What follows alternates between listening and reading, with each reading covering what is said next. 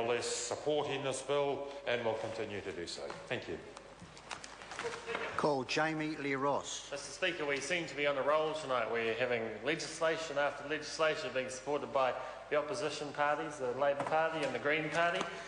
One may start to wonder whether we're actually doing the right thing if we're getting so much support from the opposition, but we just take it as a sign of approval. I am expecting the obligatory speech from Mr Prosser, though, from New Zealand First, opposing this piece of legislation. That seems to be their trend tonight. Mr Speaker, I think this is a very admirable bill and is worthy of the House's support tonight. It makes some important changes for juries and it protects jurors who are serving, doing community service effectively on behalf of the nation. I do take the point that Mr Lees-Galloway was making about we should be encouraging more people to serve on juries. I have to say we can't get much more encouraging than making jury service mandatory.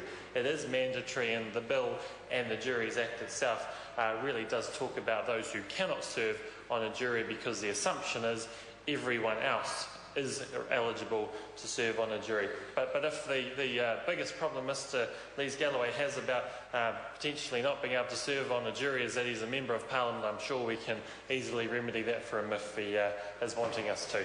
Mr Speaker, the good changes in this legislation is really about the protection of jurors, whereby their address details will not be available to defendants who are defending themselves or have their lawyer in a position where the lawyer may wish to provide the address details to the defendant.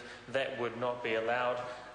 It may not be a huge problem that we've seen a lot of it happening, but there has been an instance whereby a juror was caused some discomfort and was harassed in a way by a defendant, in fact by somebody who I understand was convicted of a crime, and that simply can't be allowed to happen.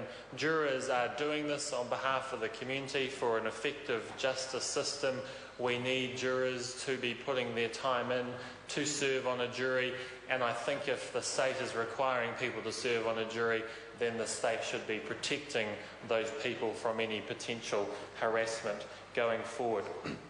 Mr Speaker, other changes around who can serve on a jury and making some changes around home detention, whereby somebody who is serving a home detention of more than 3 months being unable to serve on a jury is also a welcome move. I think New Zealanders would accept that if one is sentenced for a crime, then that sentence, even if it is just home detention, does lose one some rights and some abilities, and serving on a jury is one of those.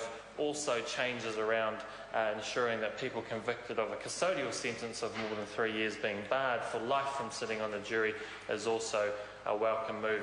Mr Speaker, just one final point before I conclude my brief call in support of this legislation. I have been listening to the comments that have been made around those who are aged 65 and over and the changes that are made there. I think what's important for us to remember is that at the moment, if one is aged 65 or older, they can be excused from a jury. The only real change here is that rather than them having to be excused on a case-by-case basis, it can be a permanent excusal, which simply just makes it easier for the registrar and for the person involved if they wish to voluntarily be excused permanently. Mr Speaker, this is a short piece of legislation, but it's important for those serving on juries. It's important to make this change for the justice system, and I commend the bill to the House.